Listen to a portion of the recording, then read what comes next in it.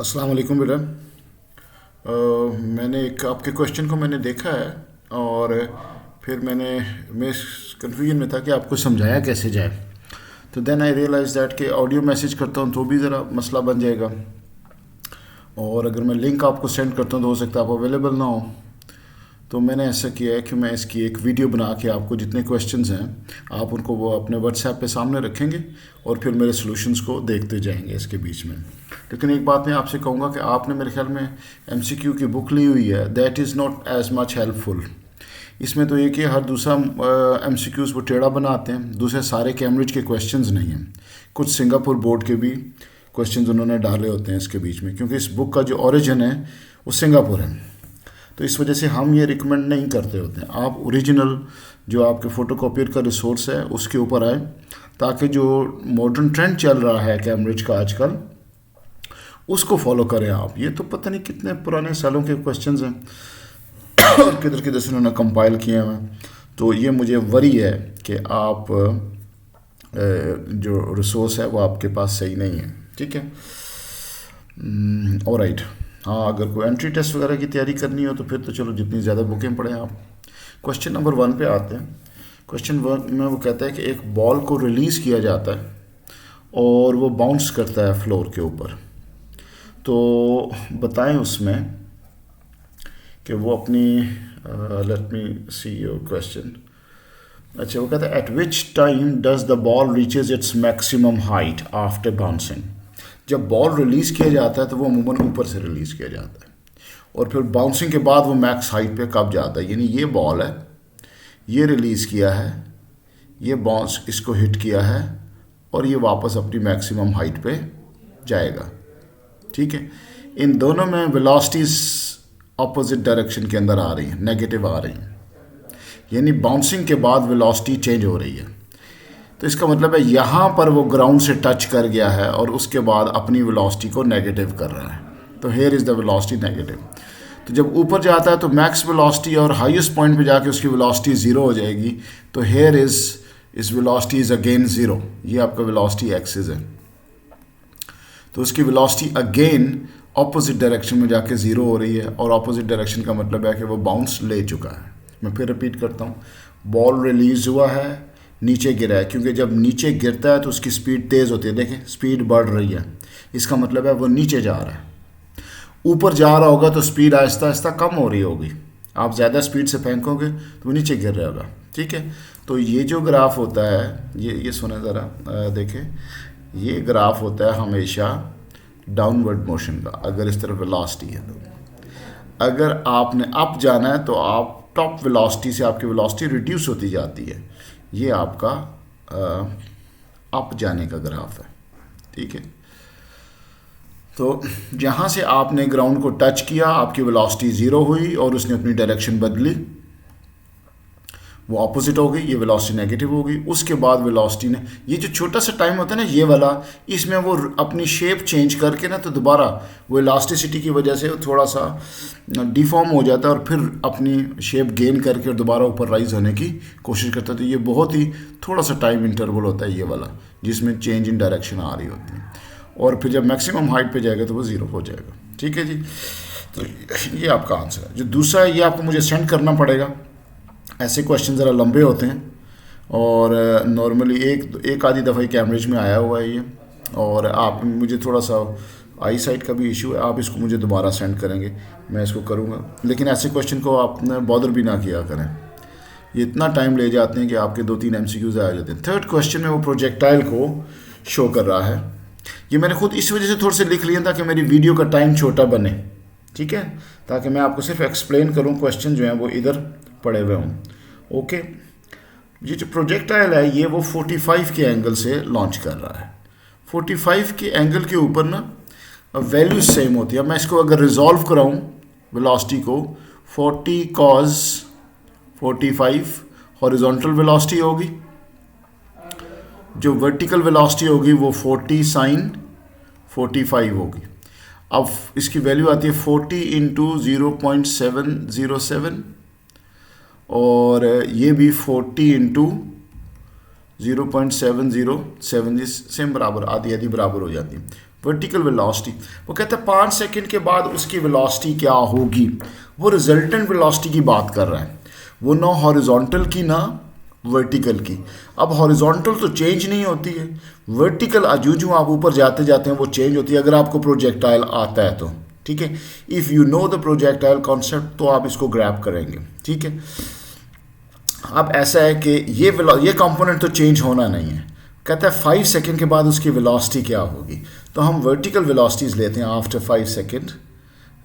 मैं ट्राई करता हूँ, मैं इस एंड पे आ जाऊँ।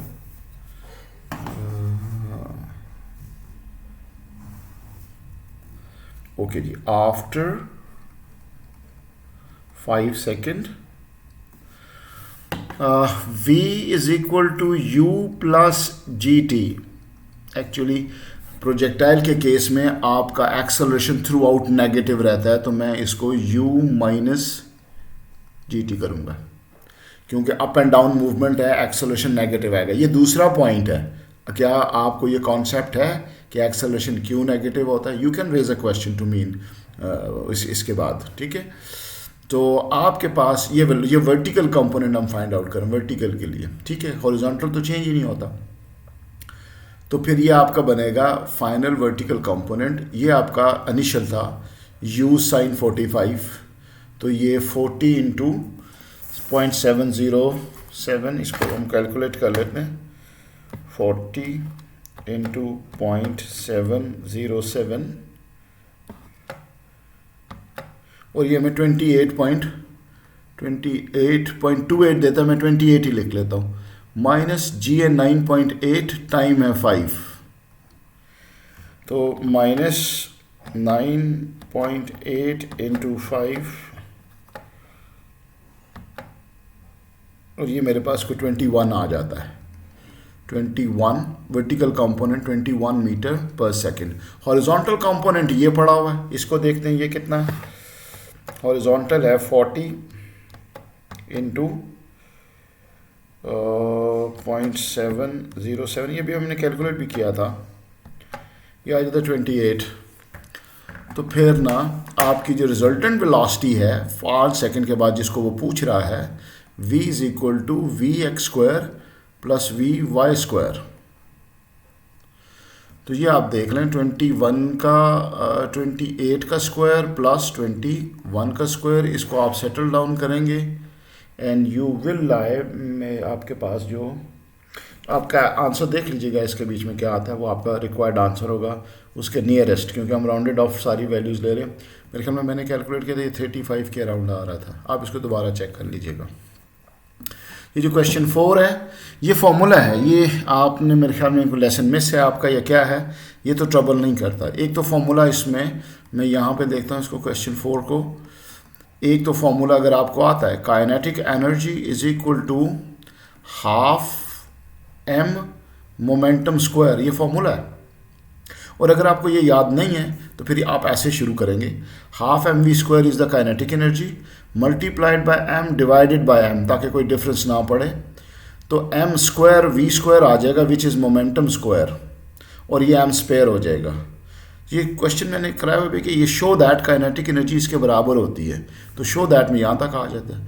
अब यहाँ से आप मोमेंटम को सिंप्लीफाई करें तो आपके पास 2m(e)k आ जाता है, और स्क्वायर रूट ले लें तो आपके पास ये सिंपल डन हो जाता है। ठीक है, ये तो मेरे ख्याल में आपका नेशनल मिस होने की वजह से शायद ये ना आपको आ रहा हो। उसके बाद आता है एक न्यूट्रॉन वाला सवाल था शायद, ये कौन सा है, यानी फोर्स का फॉर्मूला था इन टर्म्स ऑफ डेंसिटी, ये भी टॉपिक है। ये भी एक फॉर्मूला मैंने बताया हुआ है आपको कि अगर फोर्स कांस्टेंट हो, अब जैसे वो पाइप का थ्रो कर रहा है, तो पाइप जब वॉल के साथ पानी गिरता है तो पानी की फाइनल वेलोसिटी रेस्ट पे आ जाती है, या इनिशियल वेलोसिटी रेस्ट पे नहीं फाइनल वेलोसिटी रेस्ट पे आ जाती है। तो आपके पास एक्चुअल चेंज इन मोमेंटम का फॉर्मूला होता है आपके पास m v minus m u, इनमें से एक वेलोसिटी ज़ीरो होती है हमेशा।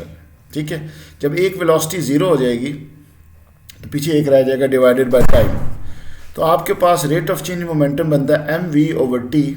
ठीक है, और ये अमूमन पाइप वाले केसेस के अंदर ही आता है जिसके अंदर वाटर की डेंसिटी होगी या एयर की डेंसिटी होगी। तो पानी जब दीवार के साथ टकराता है it gets its final velocity zero और फिर वो नीचे ड्रिप करना शुरू कर देता है। ये क्वेश्चन था।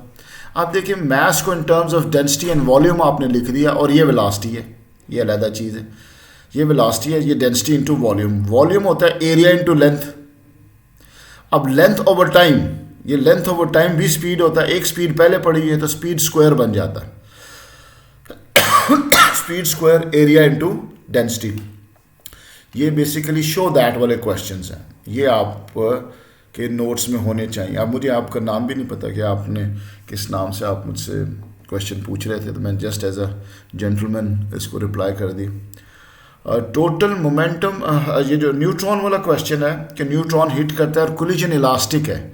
इलास्टिक कोलिजन के अंदर kinetic energy and initial is equal to kinetic energy final. कोई एनर्जी लॉस नहीं होता। कोई एनर्जी लॉस का मतलब है कि अगर ये न्यूट्रॉन साहब एक नाइट्रोजन को हिट कर रहे हैं तो ये अपना मोमेंटम इसको ट्रांसफ़र कर देंगे। कोई मोमेंटम लॉस नहीं होना, कोई एनर्जी भी लॉस नहीं होनी। तो अगर ये अपनी स्पीड u से मूव कर रहा है तो जब इसके साथ टकराएगा तो अपनी कुछ स्पीड इसको दे देगा, जिसकी वजह से इसकी जो फाइनल स्पीड है वो इनिशियल स्पीड से फिर लेस ही होगी। ज़ाहिरी बात है, वो लेस होनी है कि इसकी इनिशियल स्पीड अगर मिसाल के तौर पे 10 है और ये रुका हुआ है, रेस्ट पे है, और टक्कर मारने के बाद दोनों मूव कर रहे हैं, तो इसने वेलोसिटी किधर से लिया, मोमेंटम किधर से गेन किया, इससे गेन किया, तो फिर इसने लूज़ किया है। लेकिन दोनों का रहता सेम है, तो फिर इसके फाइनल वेलोसिटी इसकी इनिशियल वेलोसिटी से कम होगी। ठीक है, तो मैं इसको फिनिश करता हूँ। अपनी वीडियोस को कोई कंसर्न हो तो फिर मुझे ज़रूर प्लीज़ बताइएगा आप इसमें। ठीक है, और लेट्स वी स्टॉप।